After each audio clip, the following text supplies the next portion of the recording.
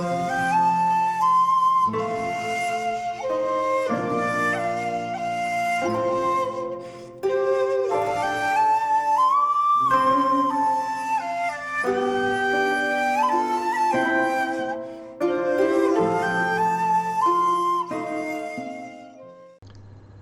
there, this is Solitary Ronin from Solitary Ronin Films, and welcome to part 22 of my Cloud Chabrol season.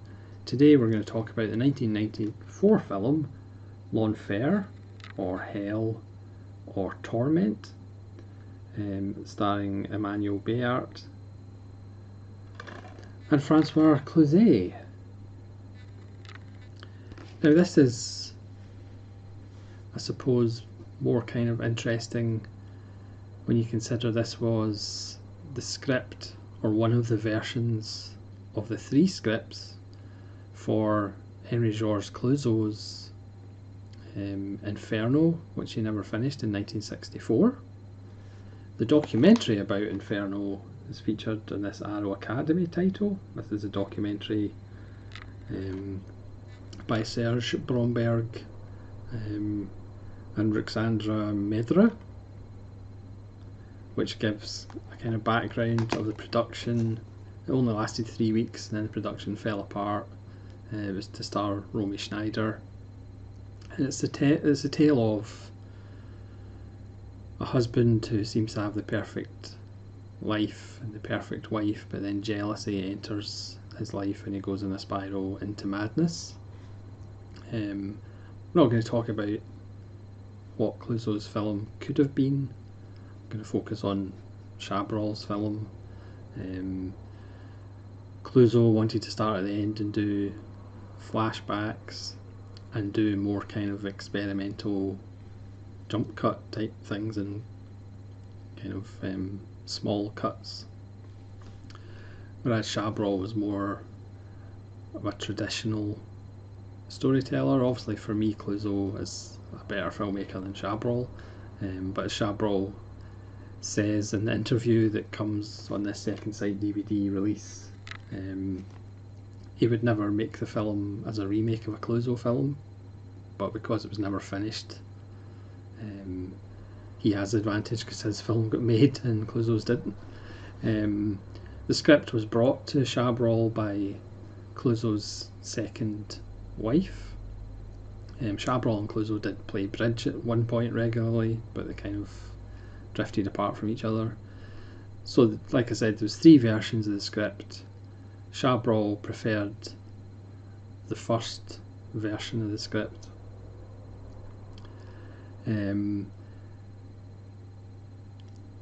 I'll be honest, it's not the kind of film that really interests me that much as far as a film about a marriage going badly, as jealousy takes over.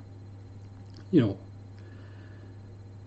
films like that just don't really interest me that much. There has to be another kind of element to it, because it is coming from Clouzot, who's a famous misanthropic and slight misogynistic character. The male character in this film isn't really likeable or understandable in any real way, but that doesn't detract from the fact it's a really well made film. It's well acted. It starts with this couple and the marriage, and then they set up this hotel, and as the years pass, the husband gets more jealous of Emanuelle Beart's character. It's Nellie and Paul. Long gone are the days that every 2 leads in Chabrol films were called Charles and Helene. Those days are long gone. It's Nellie and Paul. I think one of the things that undermines it a little bit is the fact that Paul's character, we hear the voices in his head, and it's not a straight narration. It's like a voice telling him to do things. So from like within the first half hour of the film, it almost suggests that he's a little bit disturbed to start with, rather than saying he's an everyman and this could happen to anybody. I mean, I get why these films, people do like these films, because I've heard that humans do get married and do have children for some bizarre reason.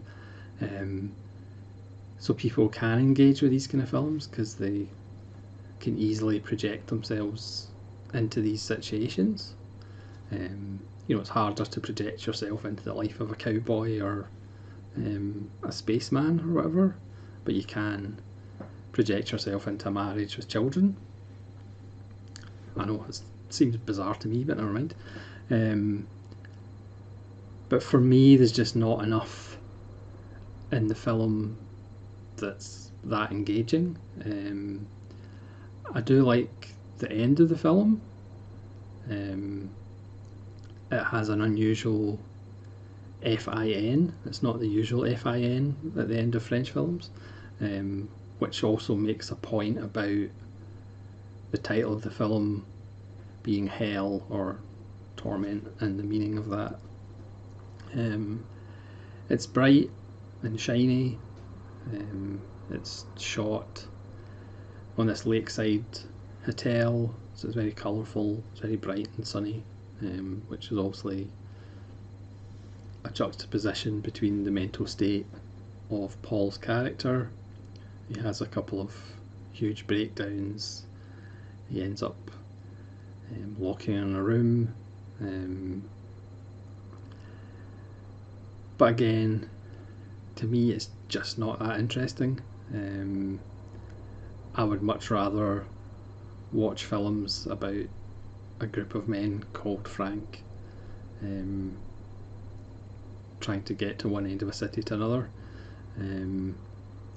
or people merging with Buddha statues, transmogrifying to try and get to a higher plane of existence. But that's just me. If Enfer is your favourite Claude Chabrol film, that's absolutely fine. I know it got rave reviews at the time, but for me it's just not a Chabrol film that I would revisit.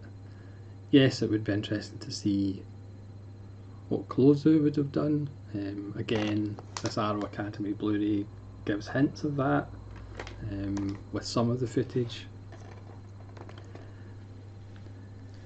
Yeah, a good, well-made, well-acted Chabrol film, but not enough to really interest me watching it anytime soon. But again, let me know in the comments what you think of L'Enfer, whether it's one of your favourite Chabrols and why. And hopefully you'll join me again for part 3 on my seemingly never-ending trek through Chabrol. This is Solitary Ronin from Solitary Ronin Films saying adieu